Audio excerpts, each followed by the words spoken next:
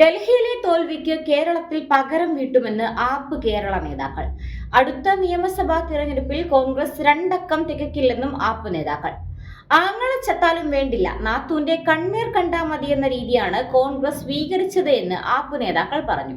എന്റെ ഉപ്പുപ്പാക്ക് ഒരു ആന ഉണ്ടായിരുന്നു എന്ന് ഇനി കോൺഗ്രസ് നേതാക്കൾ പറഞ്ഞു നടന്നിട്ട് കാര്യമില്ല. പാർലമെന്റ് തിരഞ്ഞെടുപ്പിൽ കേരളത്തിൽ കൂടുതൽ സീറ്റുകൾ കിട്ടിയതിന്റെ അഹങ്കാരമാണ് കോൺഗ്രസിന്. ആ അഹങ്കാരത്തിനുള്ള തിരിച്ചടിയായിരിക്കും കേരളത്തിൽ സംഭവിക്കുക എന്നും ആപ്പ് നേതാക്കൾ വ്യക്തമാക്കി. ഡൽഹിയിൽ 70 സീറ്റിൽ മത്സരിച്ച കോൺഗ്രസിന് 67 സീറ്റിലും കെട്ടിവെച്ച കാശ് പോയെങ്കിൽ കേരളത്തിലും ഇത് തന്നെയാണ് കോൺഗ്രസിനെ കാത്തിരിക്കുന്നതെന്നാണ് ആപ്പിന്റെ വെല്ലുവിളി.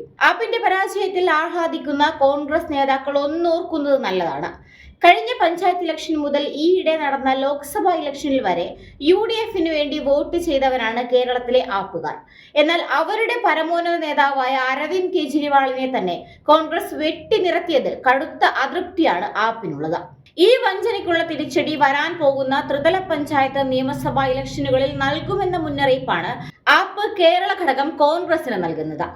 മധ്യ തിരുവിതാംകൂറിലെ 10ഓളം സീറ്റുകളിലെ ജയപരാജയം നിർണ്ണയിക്കുവാനുള്ള ശക്തി തങ്ങൾക്കുണ്ടെന്നാണ് ആപ്പിന്റെ ഒരു പ്രമുഖ നേതാവ് ഞങ്ങളോട് പ്രതികരിച്ചത്.